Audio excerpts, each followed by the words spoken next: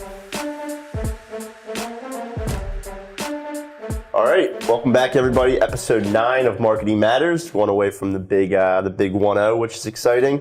Hope everybody's trying to stay cool in this 100-degree index. But I'm joined, as always, by the co-hosts, my CEO and boss, Lance Bachman. So, Lance, thanks for taking some time to come on. Thank you. And then we're also joined by a special guest. We have Dr. Jamie Kettler here with us today, who's going to provide some insight, kind of just touch on some of these topics with us. Yeah, the nice part about having Dr. Kettler, Jamie, as I call him, is he's a childhood friend. I've seen him go through the Marine Corps, become an officer in the military, own his own pizza shop, went to try and be part of a marketing team, and he really understands marketing. And I think what really Jamie brings to the table, or Dr. Kettler, is he really understands the difference. Because I was happy to have him here today. Is we're going to talk about millennials' behavior, Generation Z behavior, and we're going to talk about Generation X behavior, and then really talk about the difference in that human behavior and their buying patterns and their influencers. Yeah, little teaser about one of the topics. We'll be touching on that. I'm in the minority here today, but I'll stand up for. Are you calling us old? No, we're just in different generations. But thank you for stopping on the show. We appreciate having you here. Great, thanks for having me. We'll jump right in though, because we talked about reviews last week, and we touched on how you get asked a lot about reviews, local, which one's more important. You always mention go both, of course, but we teased that we would talk about local SEO a little bit today. Absolutely. And we could spend hours talking about it. So we'll try to hit the foundation, what you need to be doing for local. Where do you start? How do you get that ball rolling? Yeah, I mean, I got asked that question. I get asked that question all the time. Where do you start for local SEO? Where do you start? I'm a new business. I've been around 5 years, 20 years, 30 years. I don't know where to start. Everyone tells me different things. They say, I get to start with just doing Google My Maps or do paid, or, I tell people you have to do a full audit of what's going on in your space, because the local lawyer is marketing totally different than the local HVAC company versus the local plumber, and let alone someone that's a mortgage company going in for a local area, or insurance, which is a high penetration area market. So I tell people, Anthony, what we do here, we have a belief is we're going to start with a full audit. Of course. Let's meet. Let's talk. Let's find out your business needs. A $5 million law firm versus a $100 million law firm is going to be totally two different digital marketing strategies, and their budgets are going to be asserted that way. And that's what people don't realize is the goal for a local company is to become more relevant, build their brand awareness, get an ROI, and grow. So to answer the question directly, we're going to do a full audit, right? I think any good digital marketer is going to say, we're going to look at what your competition is doing SEO-wise, paid-wise, remarketing-wise, social media-wise, email marketing, are they even doing it?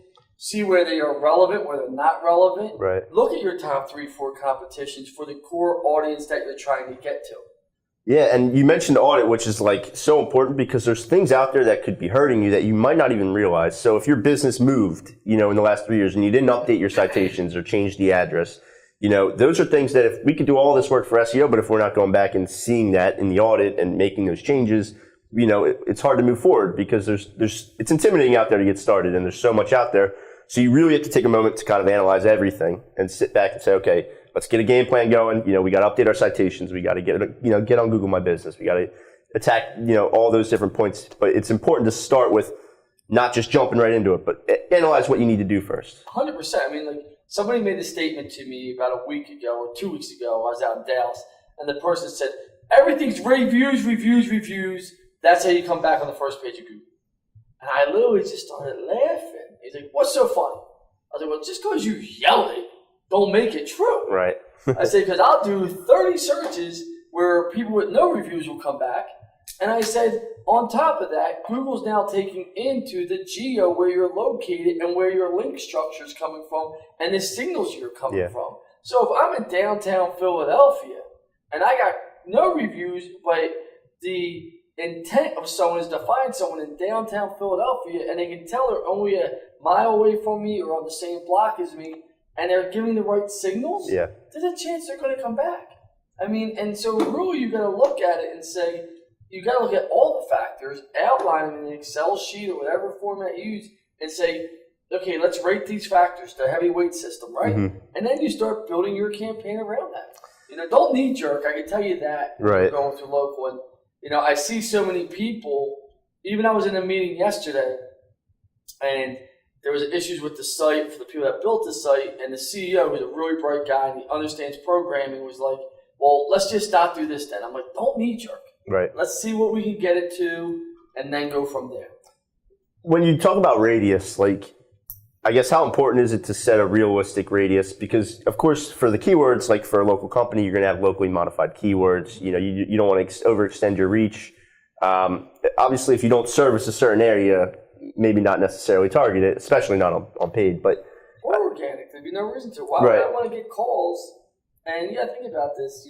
People can rate your site, review your site. The last thing you want to do is, if you're a Bucks County plumber, that's your core business, say, listen, I want to go now into Delaware County, but I'm not going to service this, but I might go down the road. So every time that phone rings or you get an inquiry and that person has a bad experience, right, there's a good chance they might leave a review or a bad review on you. Yeah, plus your efforts could probably, better off be spent in areas. So we talked about near me searches as well. So here are a couple of examples I pulled from Google Trends just yesterday. So restaurants near me, you can see how much they're going up. Absolutely. Stores and even companies like HVAC company near me, it's gone up, and then electricians. So people are searching whether they're adding near me on at the end or not. If you just type in electrician, you're going to get local results. So it's as long as you allow your phone to have location, right? Yeah, you can block. But the majority of people that are searching that way know to say okay. Right. So the amount of people who search, of course, on mobile is huge, but the local searches are astronomical. Everyone's looking for a local bar spot or a bar with happy hours, and it's they're pulling back all these local results. So your business really needs to take advantage of setting a realistic radius and then going after it hard. And that's the key part that people don't understand. They don't look at it and say, what is the end user? So many people will be like, well, I want to go for plumbing company, Philadelphia Plumbing Company. Well, no, if I'm located in Northeast Philadelphia, I want to focus on Northeast Philadelphia, and I want to pound that backyard where it might be plumbing companies, Northeast Philadelphia, plumbing companies, Fox Chase, plumbing companies, Sallerton, plumbing companies, Parkwood, plumbing, whatever it may be, plumbers, plumbing, emergency plumbers, zip codes, near me, and build links towards those key core keywords. And we'll talk about that if you like, how you can build those kind of links. Yeah. But that's where local's growing faster than mobile search. It's the fastest thing growing. Yeah. And people that are doing local, thank God, I'm going to tell all the viewers out there, the majority of them are doing a very shitty job. That's the nice part for you as local businesses. Yeah, take advantage. Yeah. And it's not about just sending one signal, like, oh, I put keywords and locations in my content. Like, it's so much more than that. It's social media gets wrapped into it. You mentioned local links, like getting mentioned in the closest times, or absolutely, helping out a YMCA and getting a link. Anything like that. There's all the different signals that you have to send for local to kind of really take advantage. And you're right. A lot of people, there are very few companies that probably do take advantage of sending all the right signals. So if you're willing to kind of put the work in towards it, there's a lot to be gained from it. Imagine if I'm a local Philadelphia plumber, and Philadelphia HVAC is my main target area. I'll use Bucks County even, right? And Bucks County is my main target audience, and I got all my local citations done. I'm doing all this great stuff. I got all my directory, citations, everything you can imagine. Now I'm writing for local plumbing authority, HVAC blogs, newspapers, everybody getting links back. All right, so I'm going to take it to the next step. I'm going to go to all the colleges in Bucks County and offer scholarships. Yeah. Get back now those type of links. Now they're just good accredited links. Then I'm going to say, I'm going to every tech school that has to go to HVAC, Penco Tech, whatever it may be. Boom, get links back. All of a sudden, all these different signals from all these different areas in Bucks County is making you the authority, right? Yeah, absolutely. So you're definitely right. There's a ton of signals that you need to be hitting on. And to get started, like consistent name, address, and phone number, we call it NAP. That's a no-brainer. Well, you say it's a no-brainer, Anthony. You breeze right by it. How many times do people come on and they have their old addresses, multiple different phone numbers? Right. They never claim They never claim their listings. They just don't understand how important it is. No, you're right. And you see it a lot too when someone moves, they don't change the address, or even when they rebrand, they just create new citations. They don't go back to try to fix the old stuff. So you've got some competition there. So you're right. I won't say no brainer, but that's one of the most important factors, and that's something you should definitely be starting with is the consistent name, address, phone number. Coming up with that realistic radius and getting those locally modified keywords kind of set and get that ground going. And then you're right, send those signals through social, through your newsletters, through the backlinks and things like that. So, like I said, we could probably talk for hours about local, but we'll move it along just to kind of keep things going here. And we'll shift a little bit from the organic side to the paid side, as Google AdWords has made a slight update where you can now offer remarketing to people who have watched a YouTube video. Correct. Now, originally you could remarket on YouTube to people who have watched your videos, to people watching other videos and other channels. This is cool because they're kind of roping it into the whole Google search network there, where you can remarket to people who have watched your video. So this is, I kind of think of a scenario where like this is good as just people who showcase products or something like that. If you're looking for a new TV or the best microwave or whatever, you're going to watch a review product or a review of it or whatever, and then get hit with remarketing for the product later on. I think this is great across the board. See, I think this is so game changing for YouTube, because what people don't realize is, right, everyone knows Google owns the majority of search, right? Then it goes to Google Images, which is second at about 24, 25%. Yeah, right around 25. Right? But third is YouTube. Right. Like, what is YouTube used for? For those micro moments of, I want to see where I want to go and see what Cabo looks like, a resort there. I want to go see how to fix my pipe. Right. I want to go see how to fix my car. I want to see how to better public speak, maybe. I want to take a sales seminar. Whatever. So all these things, I want to see what a watch looks like and what a good watch is. So all these people that have now videos out there, I want to buy a car. Yeah. Right? That's big. I go through that process of watching videos. Now my ad, that I already built credibility because they already heard me speak and talk, but they might not have converted. Right. Now is following them. And you want to make the ad similar to the video to keep the brand consistent to help the conversion. I think this is even going to go a step further. I'm just predicting this, and I can't say it's going to happen in the next 18 months or 24 months. I think they're going to take it even to Google Images. If you own the image and it's defined as yours, and you have the file name, alt name, company name all done correctly, and that image, someone searches it and they click on it, why wouldn't they let your ad remarket to? If they're doing it now for videos, everyone knows images are looked at more than YouTube already. It's another revenue stream. Yeah, no, that's an interesting concept. And I think you're right that this is kind of across the board. Google often notes that they have more adult, like 18 plus viewers than any network out there. Like YouTube is obviously a place people reference, whether it's to listen to a music video or to learn something or to look for a do-it-yourself for your AC or whatever. But yeah, if people are going to your company's business, or your company's videos or page, you should definitely be creating remarketing ads tailored to that video, of course, and then blasting it out and following them around, whether it's for 30 days or 90 days or whatever you might, want to choose. On YouTube all the time. There you go. All the time. Fixing whatever it is I got to fix, no matter what. I'm on YouTube all the time. So now just run through this, Jamie, with me real fast. You're sitting there, you got to fix your pool. You can't figure it out. But you watched a video of a local company that showed you how to fix your pool. Will you maybe It's funny you bring that up because I did just that. Same thing for my pool. And I went to, there was a pool manufacturer that did a product sample for a problem that I had with my pool. And then I went to that company's website after they did a sample demonstration on how to fix my problem. And I went to that company's website and looked at their product and how they fixed the problem and how their product would solve my problem. Did you buy the product? Not yet. Okay, well that's where remarketing comes in. That's where remarketing comes in. It's on my list of things to do. But it's funny because I ended up saving their webpage on my list of favorites. There you go. On my laptop. Now we're going to talk about assisted conversions, but do you mind if I touch on it real quick? Yeah, go for it. So, and Jamie, you're probably not familiar with the term assisted conversions, but it's like helping somebody, that just fell down, get up and walk, and getting back to walking. So assisted means multiple touch points, right? So you look at this and you say, now I didn't buy that product. Could you see if you got a remarketing ad on your phone and you were just sitting in the passenger seat of my car doing nothing and it came through on your feed? Could you see you're just clicking and buying it? Well, I'm eventually going to buy it. I mean, it's a high-end product. But would it make it easier for you? Sure. Remind you, Just yeah. remind you. So that's where it's coming into play. Because we know people are trying to do things more themselves. They're definitely educating themselves more than ever.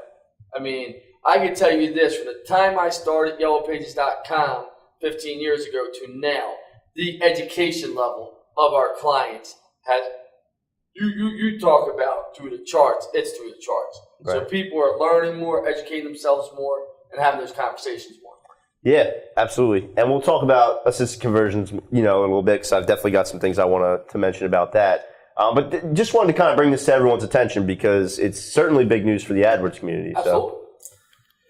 Let's talk about my favorite subject. Let's shift gears a little bit. Marketing Dive did a study that came out this past week. So I'll go over a couple of the numbers here just so everyone's all caught up, because the main one is that 80% of Generation Z, people, are influenced by social media for their shopping habits. So that's 8 out of 10. Now, if you switch one generation back, you get millennials. They reference 74% of millennials had their shopping habits influenced by social media. And then, of course, followed, a little bit down.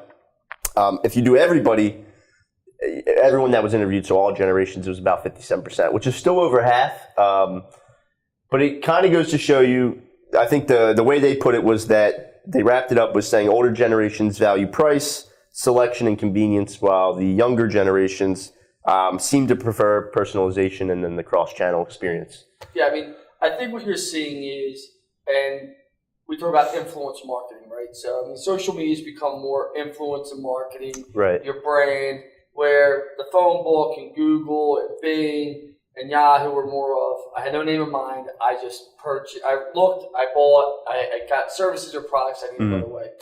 I think with social media and what they're trying to really hit the home point here is, if you're not doing social media, building your local brand or your national brand or international brand, you're missing the mark. The more people see you for the price point, the more influence you're going to have. And the younger generations, because you have so many options. I mean, you know how I feel about millennials. I mean, I don't hide it. I don't deny it. I don't blame you. I blame your parents. I tell people, right? It's not your fault. But you're using these tools to influence your buying decisions. Right. And they got to be there. I just, and I don't think people understand that assisted conversion of, I see you on Facebook twice. Then I maybe do a Google search, but they never say I saw you on Facebook. They say I did a Google search. Right. Well, it was that brand recognition, that influencer that got you there. And there's a lot of people that in that moment of, hey, listen, I see my friend just went to Turks and Caicos and stayed at whatever, Huckleberry Finn Inn, and all of a sudden you're looking and clicking through and going to Huckleberry Finn Inn in that micro moment, using social media as an influencer, but then when you actually book, they ask where did you find them, you just say the internet or Google. So people don't realize great brands are really making themselves the authority on social media. They're communicating their customer service, their products, and the younger generations are constantly on social media. They're using it to influence their brands. Yeah, and I think, advertising is pretty much built into all of these social media platforms. So, I think a lot of the younger generation almost expect it. So, they might not even, they see an ad, but they might not even really realize that it's an ad because, it's almost just built into the feed and it's based on things that they like. So, they're almost used to seeing it and they expect to see things like that. Yeah. So, I think it's really important whether you think it's working or not. Like you said, you might not get the click on Facebook, but they saw it. They know, later on when they're searching for something, it might remind them of something like that. So it's all about, getting your brand out there, keeping with the times really, because whether it's Instagram, Facebook, Snapchat, that's where people are spending their time. Oh, there's no doubt. And there are people clicking and converting. We have the data. Of course. See it. We have it on a local level, on a national level. So it does work. It's just, and for the price point, it's normally a great ROI. Yeah. It's just a matter of, you have to look at everything. And then you have to look at the lifetime value of your customers, but that's a whole nother topic that we could talk about one time.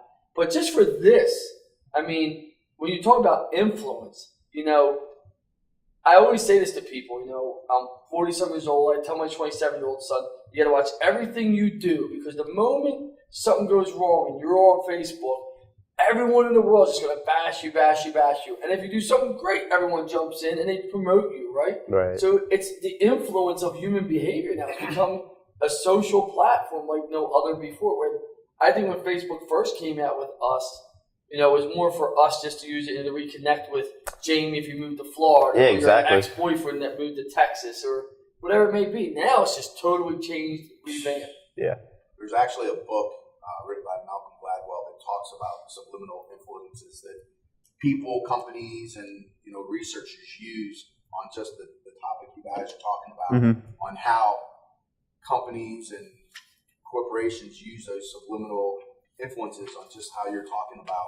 They'll put in an advertisement here to get you thinking about certain products, and absolutely, the little things, millions and millions of dollars on just to get you just to start thinking about that product, so that you do go to these other places and absolutely, and trigger that thought process to get you thinking about their product.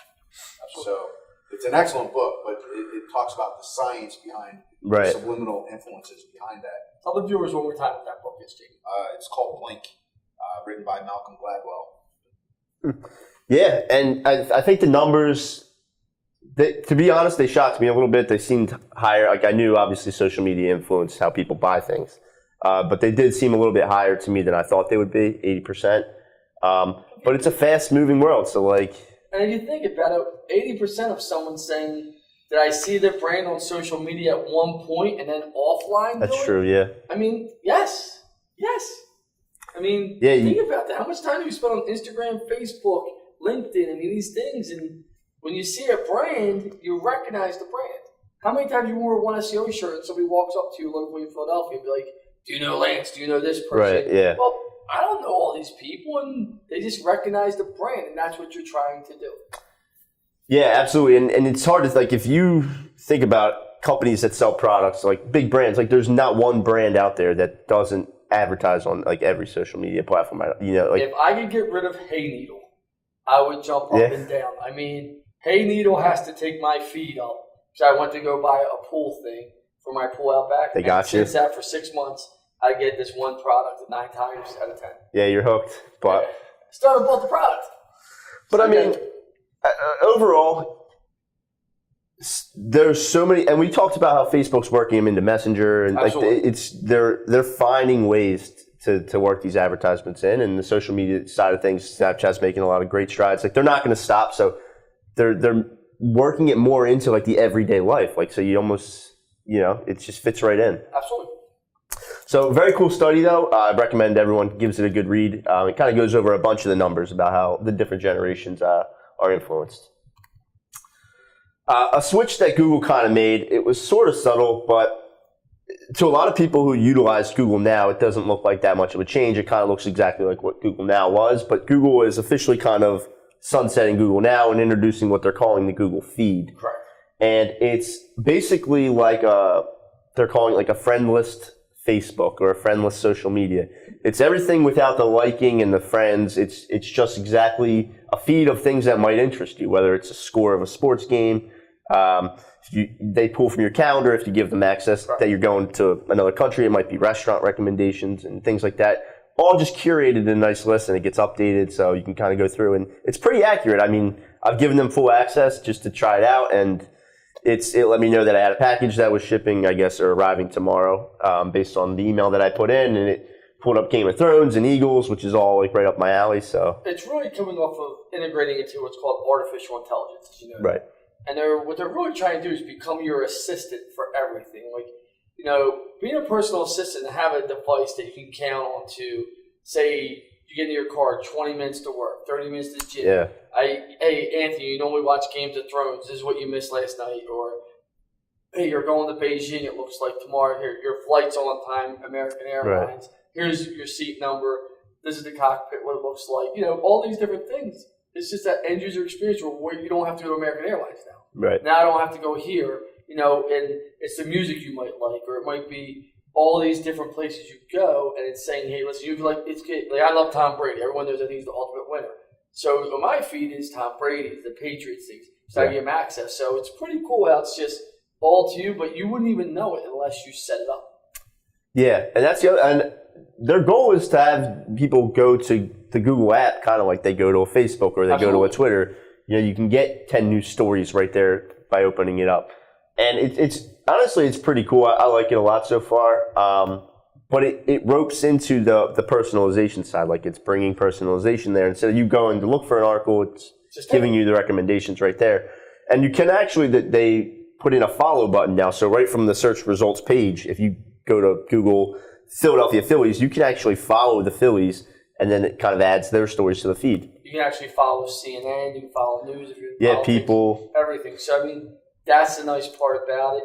Do I think this is going to work? I think for people that are true Googlers and truly like having a one place to get all your data, all your information, updates, I think they're going to love it. You know, I think they're really going to love it.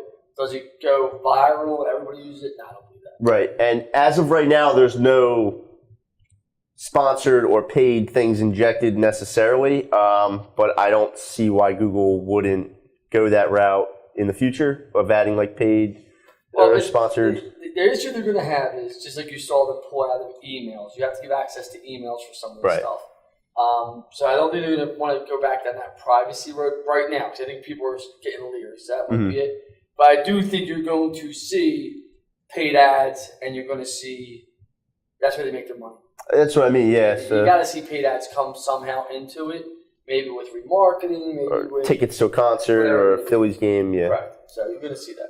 Yeah, definitely going to be interesting. But yeah, if you don't have it, download the Google app if you want to give them access, of course, to learn more about you. But it kind of talks about like, so Facebook has years of learning about what you like and what you dislike. That's why they always brag about how they could show you 4,000 stories or posts a day, but they choose the best 200 or 300, geared towards you. And that's always like one of their big bragging points. So Google, I guess, is sort of trying to do the same thing, but without all the fluff and your posts about your friend's baby or whatever it might be. It's just your likes right there, news stories. These are relevant. These are quick. I think Google's just trying to become your personal assistant. Your one-stop shop. One-stop shop. If I want to go talk to my friend on Facebook, I'm going to do that. They know that. They've tried to compete in that game. They know they've not even broken the barrier. So, and Facebook, as you know, is one of the things that just keeps climbing in traffic. Facebook and Google are the two biggest sites out there just keep climbing faster than anyone else. So with that being said, Google, I think, is making a conscious decision to say, listen, it's been 10 years now almost. We tried to make ourselves into a social media platform. No one's buying it. Right. No one's buying it. It's horse crap, right?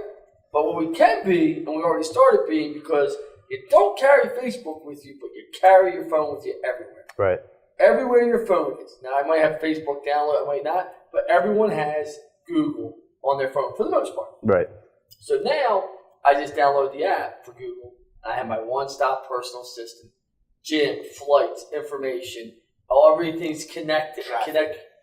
Connectivity is huge. Yep. They own Waze. Don't be surprised if Waze don't come into this. Yeah, and the ground, this is a nice starting point, but like you can only imagine where they could go with this, like Absolutely. With what they could tie in. But for time's sake, we'll move over to the last topic here, and this is another big one. And we often get asked questions about assisted conversions. A lot of people don't even realize what they are or that they're there.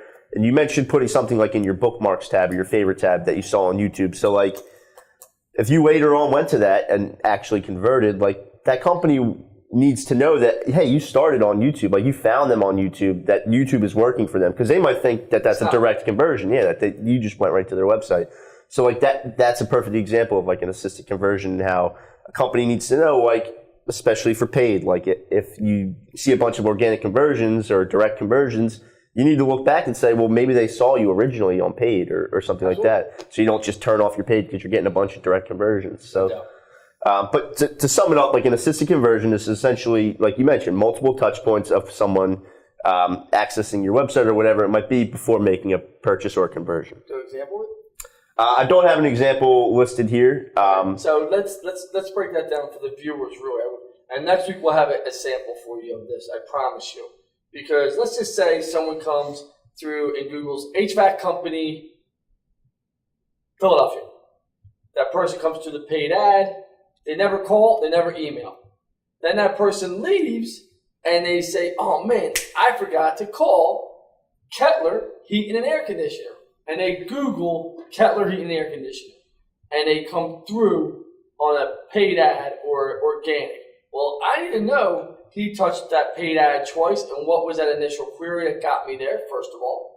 And on the organic side, if it goes to an organic, I'm going to assume they knew my brand and it started with a paid, and without that paid ad, it never would have came through organic because he wouldn't know the brand to call, to query. Or it could be multiples of I did pay-per-click first, then I did an SEO, found organic, then I just went direct to the URL because I bookmarked it. So you need to follow the human behavior so you can really see what's working and not silo it. And that's where UTM codes come in so important with email marketing, with Facebook, with everything you're doing. Make sure you're tracking everything and following the assisted conversions. Every time I walk into a meeting, people try and silo things out. I'm like, you can't. You have to look at the assisted conversion funnel also. Now, there are times people won't convert right away, and that's great. Right. But you also want to look at the path that people have taken to assist you and get your conversions. And to add on to that now, Facebook and Google for retail stores, as you're going through it, now have where you can go back in and ask people when they come in and they say, hey, listen, I found you on Google. I followed your directions. And it's an AdWords, you can go back in and give credit to the AdWords. Right. So it's having that. And Facebook's doing the same exact thing. Yeah. And I think you have to, because especially with a bigger purchase, oftentimes it's not that first visit where they decide to make a purchase or something like that. I mean, we get, or for like a digital agency, like how many times do people shop around before? Like, it's not like they're just going to pick up the phone and necessarily like. It's funny, I'll tell you, the pool company that I searched, they need to improve their website. You are right, because people will say to us, multiple people will say to me, I'll give you a perfect example. 3 years ago, a company out of California came to us. They didn't choose us. They chose another company, which is fine. That's how it goes. You can't win everyone. I always say, I just want to have a shot at earning your business. They got our email marketing over the last years, watched our videos, watched everything, called me back, emailed me back and said, hey, Lance, listen, can you talk this week? We're struggling. We got to make a move. Christian talked to them. They just sent back the agreement. That doesn't happen without our email marketing campaign, but that's an assisted conversion to how they originally found us. Does that make sense? So, that's what you have to look at. You should be diagnosing all your data. Yeah, absolutely. And to kind of piggyback off of that, the whole cross-device thing as well, just realizing that people might start a search when they're out away from their house on their cell phone, finish it later on at their laptop or at their computer or whatever it might be. They might order it through their Alexa, but people are searching across all devices. So whether you're tracking multiple channels, you also need to be tracking multiple devices as well. Well, if people aren't tracking the cross-device sales, it's because picture the micro moment. I'm driving down the street where I see a pair of sneakers that I want, and I Google it real fast, but I don't check through on my mobile. For whatever reason, I get home, I go to my desktop, and I check through it. I go and do it. You got to look at the cross channels. Also, that's 100%, or vice versa. Desktop, I start here at work. My boss calls me to a meeting. I get out to my car. I stop. I buy through the whole process on my mobile device or my tablet. You really have to take a look at every piece of that data and see what's working and what's not working. Right. And it ties in, I think, also with like the Gen Z, the millennials, and everyone's searching on, everyone's all over the place. But no doubt. But that was our big 5 topics for this week. We will be back, of course, next week for the big 1-0, which is exciting. Double digits finally for Marketing Matters. But look forward to it. Dr. Kettler, thank you for taking some time. I appreciate you coming on. Jamie. It's always a pleasure. So, as always, until next week, guys, thanks for tuning in. See you. Thank you.